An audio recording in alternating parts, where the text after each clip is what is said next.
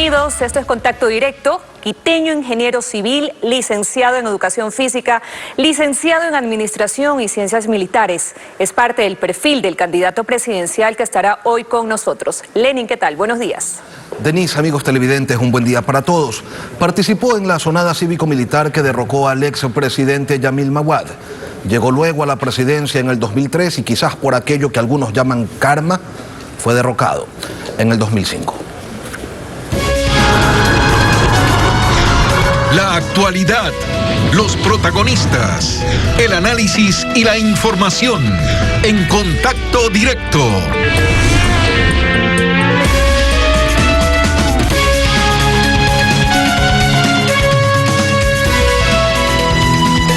Hoy teníamos previsto continuar con los debates entre los candidatos a la presidencia de la República.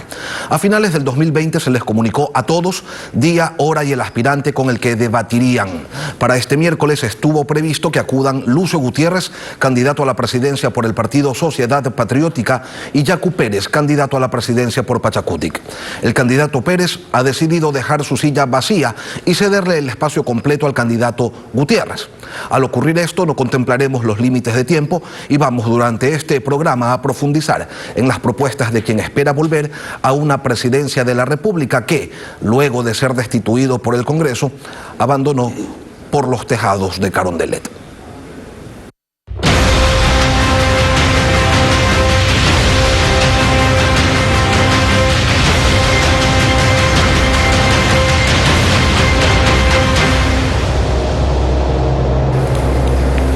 Lucio Gutiérrez, buenos días y bienvenido a Contacto Directo. Buenos días, muchísimas gracias por esta oportunidad. Un abrazo a todos los ecuatorianos. Y miren, este mismo prestigioso canal, refiriéndose al golpe militar dado contra Lucio Gutiérrez, en un programa que se llama 360, mencionó las declaraciones de uno de los generales golpistas, el general Luis Aguas, comandante del ejército, que fueron ellos, el mando militar golpista, los que enviaron un helicóptero a sacarle a la fuerza al presidente de la República y en contra de mi voluntad me llevaron al aeropuerto Mariscal Sucre a que me linchen, porque ahí había infiltrados de las FARC, infiltrados cubanos, infiltrados venezolanos. El pueblo ecuatoriano no es asesino, pero gente de algunos de estos grupos armados extremistas sí.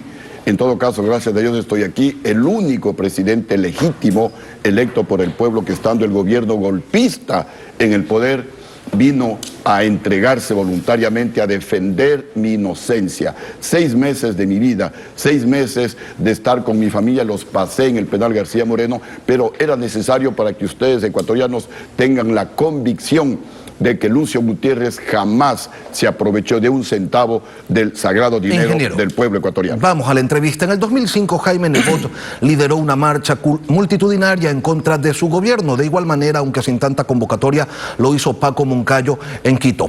Cintia Viteri asumió la presidencia del Congreso y posesionó a Alfredo Palacio y lo destituyó también a usted. A todos ellos, a estos personajes, ¿usted, como el general Aguas, los considera golpistas? Por supuesto que sí, porque miren, los verdaderos motivos del golpe ecuatorianos, nuevamente en un prestigioso diario de la ciudad. Pero, ingeniero, dejemos en claro algo. Si usted los considera golpistas, ¿cómo es que luego concurría a las sesiones solemnes que después encabezaba Nebot como alcalde de Guayaquil? ¿Es verdad que el tiempo lo perdona todo? Porque yo acudía por respeto al pueblo guayaquileño, no necesariamente al nombre de la persona que desempeñaba esa importantísima función. Pero ante el pueblo ecuatoriano queda muy claro que a Lucio no lo votó el pueblo, jamás le votó el pueblo ecuatoriano. Los propios diputados social cristianos me advirtieron que los generales se habían sometido al expresidente León Febres Cordero. Y queda claro además que usted no es un hombre que guarda rencores. Yo no guardo rencores, tengo el corazón completamente sano. Miren, no puede haber dolor más grande, ecuatorianos, que estar preso y que vengan las hijas de uno, le abracen al padre que 3, 4 meses antes era el presidente de todos los ecuatorianos y se pongan a sollozar dentro de una celda de 2 metros de ancho por 2 metros de largo. ¿Por qué cree que otras personas no hacen lo mismo que usted hizo? Regresar, dar la cara ante la justicia, si hay que estar en algunos meses en la cárcel, pues se demuestra la inocencia y se acaba esa historia. Sí, tal vez porque no tienen esa convicción de lo que significa la majestad del poder. Un presidente de la República jamás puede y debe huir. Un presidente de la República debe dar la cara, así como hacemos las personas honradas, las personas que tenemos, pero realmente en la práctica las manos limpias. Bueno, usted El sí se fue en un corrupto primer huye. momento, ¿no? O El sea, ladrón... se fue a Perú, se fue a Brasil, se fue a Estados Unidos y después volvió. A ver, a mí me drogaron también, ecuatorianos, y hoy lo digo, pero con toda la expresión de la palabra, me drogaron. Y también lo confirma el mismo programa 360 de este prestigioso canal. Fue el periodista el que confirma, según testimonios de los trabajadores del Palacio de Carondelet, que a Lucio Gutiérrez del día anterior al golpe me drogaron. Colocaron militares para que nadie ingrese a mi dormitorio, ni siquiera a mi esposa le dejaron entrar dentro de mi dormitorio porque estaban planificando los generales del mando militar traidores con los diputados, quien primero le quitaba el respaldo al presidente que tenía pues... Ingeniero, vamos a las propuestas de campaña. De llegar nuevamente al poder, ¿cuál es el modelo económico que aplicaría para sacar al país de las crisis que lo afectan? ¿Se declarará una vez más el mejor amigo de los Estados Unidos para buscar un acuerdo comercial?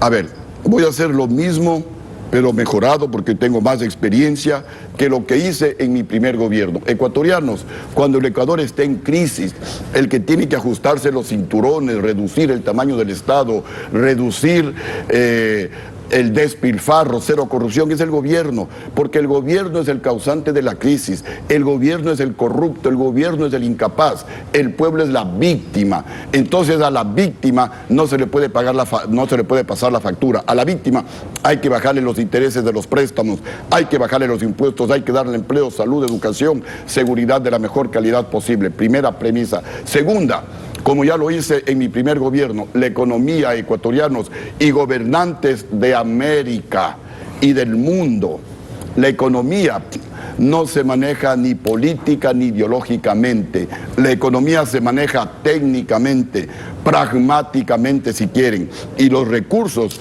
que se obtengan de ese buen manejo económico, eso se invierte con filosofía social en beneficio de toda la nación, con prioridad a los más pobres. Y tal como lo hizo en su primer gobierno, ¿buscaría un acercamiento con el Fondo Monetario Internacional? ¿Ratificaría los compromisos asumidos por Lenín Moreno? Nuevamente, ecuatorianos, la economía no se maneja ni ideológica ni técnicamente. ¿Eso qué significa? Perdón, ¿Que sí buscaría un nuevo acuerdo con el FMI? Ni ideológica ni políticamente. Todo aquella que convenga a los intereses del pueblo ecuatoriano, por supuesto que lo vamos a hacer. Por ejemplo, firmar convenios internacionales con nuestros principales socios comerciales para que vengan más inversiones al Ecuador que generen empleo, para que se produzcan más exportaciones hacia esos mercados que también generen empleo.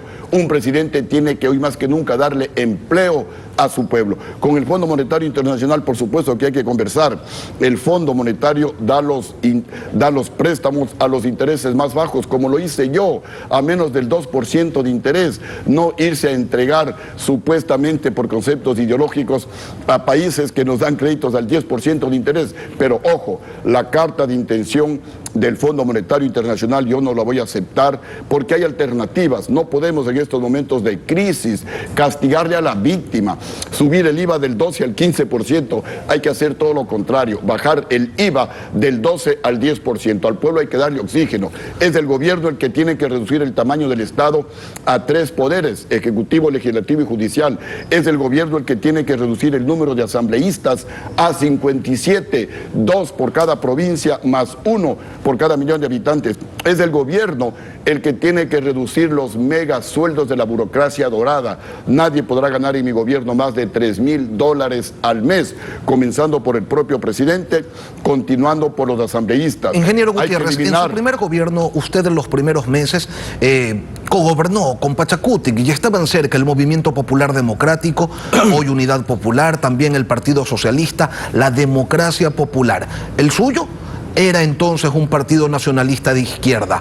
Hoy, ¿en qué andarivel se ubica Sociedad Patriótica? Porque de izquierda ya no es. Yo me ubico en el andarivel que más necesita el pueblo ecuatoriano. ¿Qué es? Nuestro partido es de centro izquierda y nos mantenemos en ese lineamiento según la declaración de principios de nuestro partido político, pero una centro izquierda moderna, de avanzada, pragmática, no esa centro izquierda dogmática, fundamentalista. Nosotros buscamos ante todo el bienestar, la libertad y el desarrollo del ser humano. Por eso tenemos los mejores logros sociales y económicos de toda la historia del Ecuador. Ahora, porque ingeniero, defendimos siempre a nuestro pueblo. Ingeniero, hay quienes tienen algunas dudas, muchas dudas, sobre sus ofertas de campaña y parten de una premisa. Usted en el 2000 facilitó un golpe de Estado contra el presidente Maguad por dolarizar y luego en su gobierno, de acuerdo con el Fondo Monetario Internacional, fortaleció la dolarización. Allí quizás la primera de sus contradicciones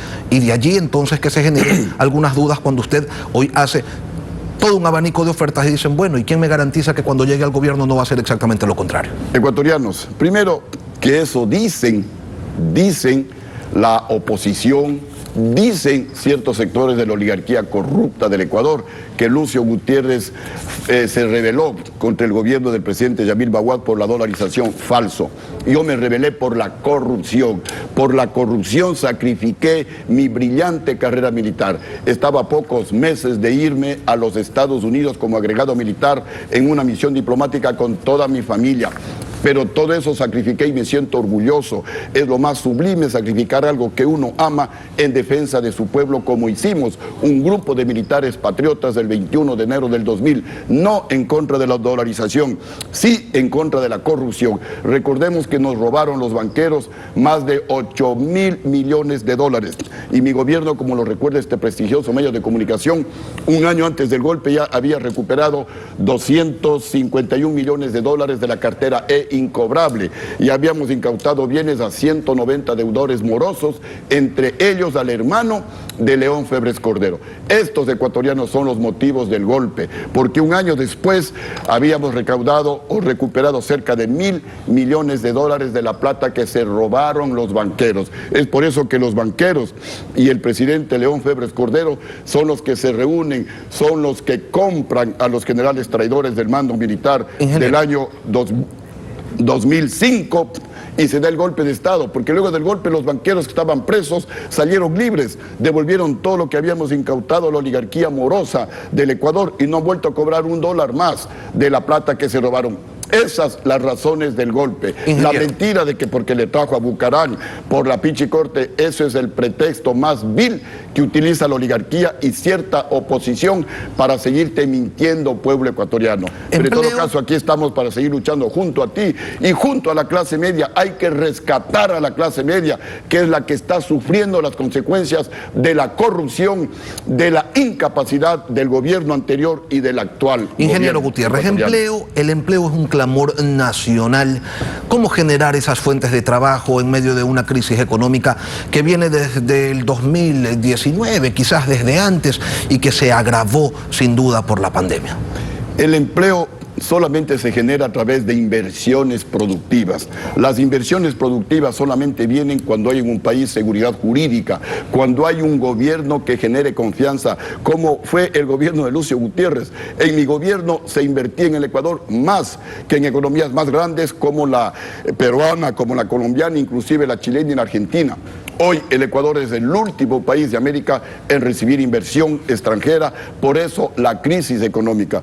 No hay ni inversión privada ni inversión extranjera. Entonces, primera cosa, le convertiremos al Ecuador en un centro financiero, logístico y tecnológico internacional para que venga la banca extranjera y en competencia con la banca privada ecuatoriana bajen las tasas de interés con seguridad jurídica, con el prestigio, con los resultados de que cuando yo fui presidente del Ecuador vino la inversión extranjera, como lo dice este cuadro, por ejemplo. Aquí en este gráfico de barras está el Ecuador y acá están países como Perú, como Chile, como Colombia, como Argentina, economías más grandes, pero por el prestigio que ocasionaba el gobierno de Lucio Gutiérrez, vino la inversión y se generó empleo y se redujo la pobreza. También fue por las condiciones económicas, ingeniero Gutiérrez. Cuando usted asume el poder, entra en funcionamiento el oleoducto de crudos pesados y el país tenía pues la capacidad de exportar más crudo. Bueno, pero a ver, ecuatorianos, el oleoducto de crudos pesados solo funcionó en mi gobierno, hubo el golpe militar contra mi gobierno y se tapó el oleoducto de crudos pesados, ¿o continuó funcionando? No, lo que por estoy supuesto diciendo es que antes de su gobierno no había esa posibilidad de exportar más crudo. Sí, pero ahora existe. Y por ejemplo, en el gobierno de Rafael Correa, que comenzó a criticar que la economía con Lucio Gutiérrez creció más del 8% por el oleoducto de crudos pesados. Y en el gobierno de Correa no tenía el oleoducto de crudos pesados, por supuesto que sí. Y es más, usted, Rafael Correa, se apropió indebidamente y por eso nos tocó pagar más de $1.000 millones a los ecuatorianos del campo petrolero de la Oxy. Pero aquí lo que prima es la capacidad del pueblo ecuatoriano, como lo reconoce Petroecuador. Mi gobierno de 360 a 370.000 barriles diarios de petróleo incrementó a más de 550.000 barriles diarios de petróleo, mientras que con Correa se redujo la producción diaria de petróleo. Y han sido tan incapaces los gobiernos posteriores al de Lucio Gutiérrez, que han pasado 15 años ecuatorianos y no han sido capaces de mantener la producción diaria de petróleo que había en mi gobierno de más de 550.000 barriles diarios. Hoy bordeamos los 500.000 barriles. Ingeniero. Mientras que Colombia, con quien hicimos una planificación conjunta y partimos de 360 a 370.000 barriles para llegar a 1 millón de barriles diarios de petróleo de exportación. Colombia ya superó el 1 millón de barriles y el Ecuador está estancado en 500.000. Ingeniero Ni Gutiérrez. siquiera mantienen la producción que yo tenía de 550.000 barriles diarios de petróleo. Esa es la razón de la crisis, la incapacidad, la corrupción de los gobiernos que siguieron al de Lucio Gutiérrez. Cuando usted asumió el poder, el Ecuador tenía un déficit de $400 millones, según cifras del Banco Central. Para cubrirlo, resolvió incrementar el precio de la gasolina, incrementó las tarifas eléctricas, congeló los salarios de los servidores públicos, le puso un impuesto al rodaje a los vehículos que costaban más de $15.000, así como un impuesto a las utilidades de las empresas. También eliminó las exenciones arancelarias. Hoy la situación económica del país es peor que la que usted tuvo que afrontar 17 años atrás. ¿Cómo puede tener confianza la gente que con usted en el poder de nuevo no se intentará otro paquetazo? Miren, son ciertos sectores que repiten las mismas mentiras de siempre para tratar de justificar el golpe de Estado. ¿Cuál es la verdad, ecuatorianos? Que la carta de intención firmada con el Fondo Monetario Internacional mencionaba todo lo que usted acaba de decir, que hay que congelar la pensión de los jubilados. Miren lo que dice el informe de la Superintendencia de Bancos y Seguros, avalada en una investigación por la Flaxo y publicada en el año 2008. A inicios del año 2003, la pensión de los jubilados estaba en $118. A inicios del año 2005, la pensión de los jubilados estaba en $305, un incremento de $187 a la pensión de los jubilados. El incremento, según lo que he investigado, más alto en apenas 2 años a los jubilados del país. Es pura mentira aquello que se publica, pero una huelga política, una huelga inventada por los políticos. Pero cuando yo camino por el Ecuador, los jubilados saben que esta es la verdad y los jubilados me agradecen. Otra mentira, ecuatorianos. Miren, se publica en un periódico de acá de Guayaquil, popularidad de Gutiérrez más alta de los últimos 20 años, entre un 37 y un 40%. ¿Quién lo dice? Informe confidencial del señor Jaime Durán Barba, perfiles de opinión del doctor Hugo Barber. Mi popularidad a mitad de periodo era a la de Rodrigo Borja. Vamos desmantelando y destruyendo esos mitos y esas mentiras que se dijeron contra Lucio Gutiérrez. Candidato Gutiérrez, ¿qué va a hacer con el proceso de vacunación contra el COVID-19 para que llegue la vacuna a la mayoría, a todos los ecuatorianos, de llegar a la presidencia de la República? Eso me lo contesta cuando regresemos de la pausa. Son las 7:13, casi 14, aquí en Contacto Directo. Eso y otros temas, Lenin, como la consulta popular precisamente metida de mano a la justicia y otros aspectos. Ya regresamos nuevamente con Lucio Gutiérrez, candidato presidencial por el Partido Sociedad Patriótica. Manténgase en nuestra sintonía, ya volvemos. Continuamos con el candidato presidencial Lucio Gutiérrez del Partido Sociedad Patriótica. Ingeniero Gutiérrez, más de $3.500 millones tiene el presupuesto de salud y en medio de la pandemia. ¿Cómo le garantiza usted a la ciudadanía o cómo le garantizaría usted a la ciudadanía que va a poder acceder a un sistema de salud que no responde de manera adecuada en servicios ni en medicinas a sus usuarios? A ver, la prioridad más importante en materia de salud será vacunar a todos los ecuatorianos. Tenemos que inmunizarles a los 17 millones de ecuatorianos en el menor tiempo posible para que el país vuelva a la normalidad igualmente lo más rápidamente posible, de tal manera que permita reactivar al país, permita reactivar la economía, si no la economía se nos puede quebrar. ¿Cómo lo vamos a hacer? Hemos tomado como modelos para que vengan recursos al Ecuador a 2 países, Panamá en Centroamérica, Singapur en el Asia, países que son más pequeños que el Ecuador y hace 30 años eran más pobres que el Ecuador, más corruptos, más inseguros que el Ecuador. Se convirtieron en centros financieros internacionales pasando por la etapa de paraísos fiscales y hoy son de las economías más sorprendentes del mundo, de las que más han crecido, de las más estables en el mundo. Así que le convertiremos al Ecuador en un centro financiero internacional y daremos un paso más que ellos. También le convertiremos al Ecuador en un centro logístico y en un centro tecnológico internacional para que por una parte vengan los bancos más importantes del mundo al Ecuador y bajen las tasas de interés en nuestro país. Vengan empresas de tecnología como Facebook, Google, empresas logísticas como Amazon para darle trabajo a nuestros jóvenes que están ávidos de conseguir trabajo. Pero hablemos de la vacunación, ingeniero, porque es fundamental sin duda para poder abordar de manera abierta la recuperación económica. ¿Cuál va a ser la estrategia que implementará su gobierno para asegurar una vacunación amplia en el menor tiempo posible? Todo se hace con recursos. Tenemos que conseguir recursos que actualmente el Estado ecuatoriano no los tiene ni para pagar sueldos. Por eso le estoy mencionando al Ecuador que a través del Centro Financiero, Tecnológico y Logístico Internacional vamos a generar empleo, la gente con empleo va a consumir y a través del pago del IVA, que estará en el 10%, el gobierno va a tener recursos para invertir y mejorar la salud. ¿La vacunación tendría participación de la empresa privada o va a ser un monopolio estatal donde solamente el Ministerio de Salud se encargue de los procesos, de las adquisiciones, de la distribución, de la logística, pues? Por supuesto que vamos a permitir también que la empresa privada participe. La responsabilidad primaria es del Estado ecuatoriano garantizar, especialmente desde la clase media hacia abajo, la vacuna para todos los ecuatorianos, pero no podemos cortarle las alas al sector privado porque mucha gente también puede vacunarse a través del sector privado. Controlaremos que no se cobre en exceso. El costo de una vacuna varía aproximadamente $10, unas inclusive menos, otras un poco más. Lo importante es permitir una vacuna que no presente efectos colaterales a los ecuatorianos. Lo importante es que el pueblo ecuatoriano se sienta seguro de esa vacuna, repito, para reactivar lo más rápidamente posible y volver a la normalidad para que la economía vuelva nuevamente a generar empleo para los ecuatorianos. Usted en sus recorridos dice que va a convocar a una mega consulta popular de llegar al poder nuevamente. ¿Qué le va a proponer en ella a la ciudadanía? ¿Que apruebe una nueva constitución? Se lo he escuchado decir. ¿Quién la redactaría y cuáles son los cambios estructurales que va a plantear en ella? A ver, ecuatorianos, yo les invito a que visiten nuestra página web www. Usted también. Usted también nos manda a la página de Facebook, sí, a la página de Internet. Pero esta es una página seria, psp3patriotas.com.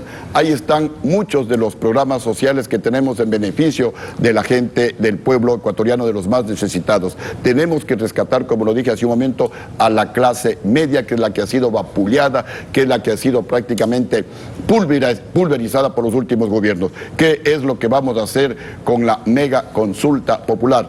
Imitar lo que hicieron en 1978, cuando nos dijeron a los ecuatorianos: aquí tenemos una nueva constitución y acá tenemos la constitución vigente, pueblo ecuatoriano elija.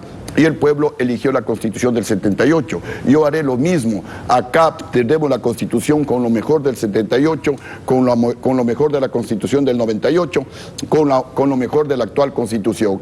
Y acá, pues obviamente, la que está vigente. Y el pueblo ecuatoriano, si quiere cambios radicales pero positivos para desmontar la corrupción en nuestro país, aprobará esta nueva Constitución. ¿Quién redactará la nueva Constitución? El pueblo ecuatoriano. Yo estoy dando los lineamientos. En esa nueva Constitución, a más de lo que ya mencioné, vamos a eliminar pensiones vitalicias, vamos a eliminar el financiamiento que realiza el Estado ecuatoriano a los partidos políticos para que se reduzcan, vamos a fusionar las prefecturas con las gobernaciones porque ahí hay problemas en cuanto a las responsabilidades de las prefecturas con las alcaldías y vamos a aprobar todo el marco legal y constitucional que nos permita, por ejemplo, aprobar un nuevo Código Orgánico Integral Penal, porque el actual es cómplice de la impunidad y de la corrupción. En ese nuevo Código Orgánico Integral Penal aprobaremos la cadena perpetua para todos los políticos y funcionarios públicos que se roben el dinero del pueblo ecuatoriano. Le daremos 3 meses para que devuelvan la plata robada. Si no devuelven la plata robada,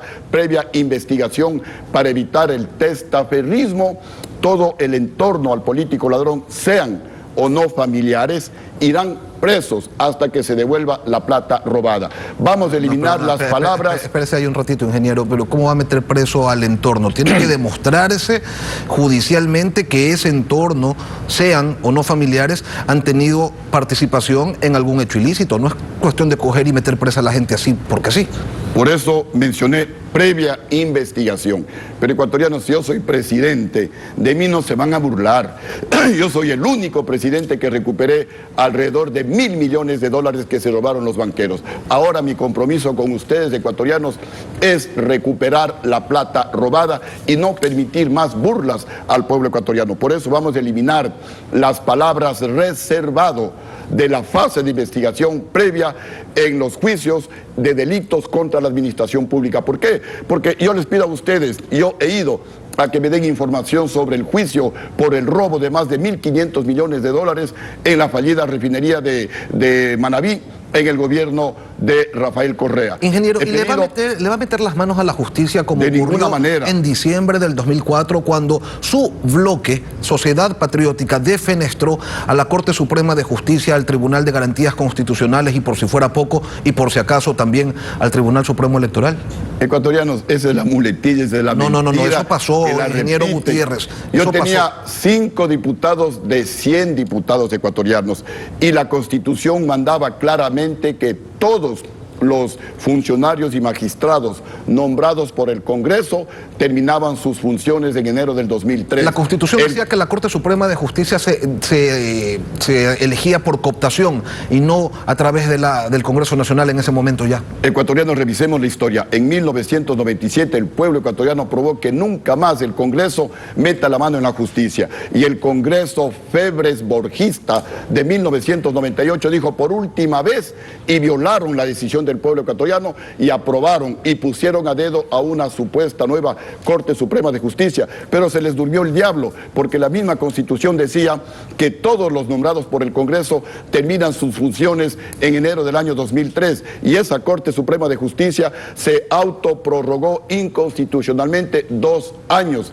y el Congreso que podía interpretar la Constitución, interpretó la Constitución y cesó a esa Corte. Hasta ahí bien. En lo que yo no estuve de acuerdo es en el nombramiento de la posteriormente llamada Pichicorte. Pero si eso sería motivo para un golpe de Estado, ¿por qué no le tumbaron a Correa, que metió no solo la mano, el cuerpo entero en la Corte Suprema de Justicia, ingeniero, para tapar las fechorías y perseguir a los periodistas y perseguir a los opositores políticos? Se nos está terminando el tiempo para esta entrevista y no quiero dejar de preguntarle una última cosa. Usted, de llegar al poder, ¿qué errores que considere cometió en su primera gestión no los volvería a cometer? Mire, uno de los principales errores fue no comunicar lo que estaba haciendo nuestro gobierno. Lo que no se comunica simplemente no existe. Tampoco haría la irresponsabilidad que esté en los linderos del dolo que cometió Correa en gastarse cientos de millones de dólares en propaganda que podían haberse invertido en beneficio del pueblo ecuatoriano. En mi gobierno también otra mentira, que obviamente ese es un error que no lo volveré a repetir. Un cuñado 2 meses en el Fondo de Solidaridad, una hermana como secretaria 2 meses en el Banco del Estado, y solamente una hermana estuvo cerca de 2 años como parte del consulado en la Argentina. Ese error no lo volveré a cometer, pero ninguno de mis familiares firmó contratos ni de $1 con el Estado. Nos han investigado hasta debajo de la alfombra y no han encontrado absolutamente nada. En otros gobiernos, pero es malo comparar, pero vale la pena en este momento, los hermanos han sido ministros y ahí la oligarquía se quedó calladita. Los hermanos han sido embajadores y ahí la oligarquía se quedó calladita. En todo caso, esos errores, si ustedes me eligen a mí como presidente de la República para realizar transformaciones radicales, pero positivas en beneficio del pueblo ecuatoriano, repito, esos errores no los volveré a repetir. Son los criterios y las propuestas de Lucio Gutiérrez Porboa, candidato a la presidencia de la República por el partido Sociedad Patriótica. Una pausa y volvemos. vistazo. Información verificada. Hasta el momento, Lenin. 6:55 de la mañana, los esperamos. Gracias por su sintonía. Que tengan todos un buen día.